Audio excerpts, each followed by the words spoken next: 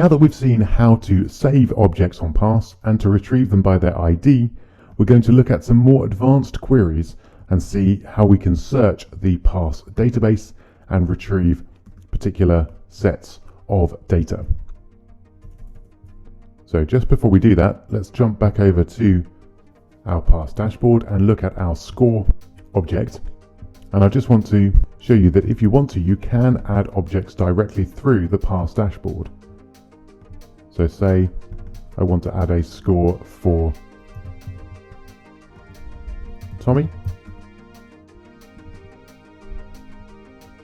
Maybe he's doing a bit better than me at the game. And let's add another one for Ralphie, who is doing better than all of us. Okay, so you won't need to do that very much, but it can be useful. So if you want to update something in your testing, you don't have to write code in your app to do it. So let's say I wanted to get all of the scores saved on Parse server and return them to my app. Well, I set up a query, much like we did before. So a Parse query on a Parse object, call it query, and this is going to be a Parse query get query on the score class, and this time I use query dot find in background, so rather than get in background, and we're going to have a new find callback. And this is where our objects will be returned, as you can see, as a list of Parse objects. So let's check first off to see if E is null. And then say we first off wanted to find out how many objects had been returned. We could use log.i find in background and then retrieved, and then we just use our objects list dot size objects. So we can also use that to test that we've actually got some results. So if objects.size is greater than 0, then let's loop through those results. So for, and then we'll create a Parse object called object for each item in objects, and for each one of those we'll log find in background result, and then we'll use object, and I'll just use object to string for now. Okay, so this will now return all the items in the score class, tell us how many there are, and then with any luck loop through them and show us the values within each object. Let's have a look. And here we go. So you can see retrieved 3 objects. I could have done with a space there. And there's each individual object returned for us as well. Obviously, if we wanted to get the individual values within those objects, we might use something like object.getString, and then say we wanted to get the usernames, we could just do that. Okay, so that's fairly useful, but what if we wanted to get this score of an individual user? So say I wanted to get Tommy's score and display it for some reason. Then we would add a search criteria to our query.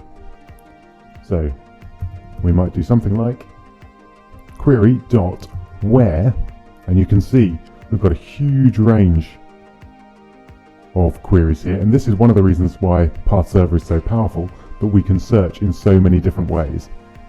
But we're going to do probably the most simple one to start with, so where equal to, and you can see we've got a string for the key and then a value for the object. So we want to search for Tommy's score, so we want to search where username is equal to Tommy. And we might also want to limit it to a number of objects. We're only expecting one here, so we could set the limit to be 1. So that will return a maximum of 1 result. But we're only expecting 1 anyway. But it's always a good idea, especially if you're updating things, to set a limit where you expect 1 to be there, just in case there's an issue with your code and you end up updating every object to the same value. Not a great thing to do. So let's have a look. Remind ourselves what Tommy's score is. The Tommy's score is 250, so with any luck, that number will be displayed in the logs. Yep, and there it is. So we've retrieved 1 object. Unfortunately though, I forgot to change the code to get int. And then the int that we want to get is the score. And then we're going to want to convert that to a string. So that should now show us the score. Let's just do a quick test. And there we go. A result of 250. Brilliant. So time for a challenge, I think. What I'd like you to do is, sticking with our score class, our game for some reason is going to give an extra 50 points to everyone who has a score greater than 200. So sadly, I'm going to just miss out. But anyone who has a score greater than 200 gets an extra 50 points. So see if you can write the code for that. Again, ideally, not looking back at this. I'll leave it there for you, just in case. Best of luck. Go for it.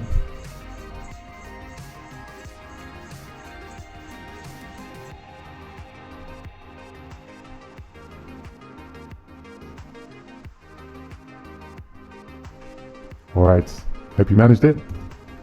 So I'm just going to comment out the code from before and then get it off the screen. And then here we go. So we want to find everyone that has a score greater than 200 and then increase their score by 50. So we use a parse query on parse objects. It's called query. It's just one parse object. And this is going to be parse query .get query on the score class. Now we wanted everyone who had a score greater than 200. So let's see if we can work out how to do that. So query dot where, and I can see a method there, where greater than, which looks exactly what we want.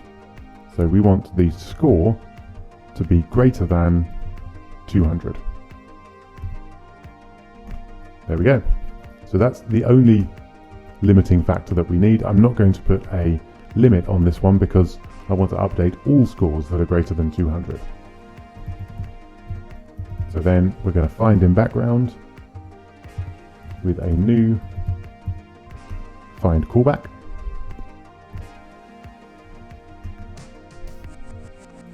I'm going to check if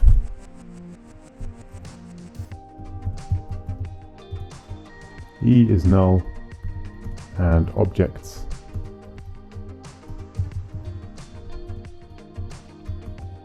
is not null. And then I'm going to loop through objects. So for parse object in objects, so we're looping through objects.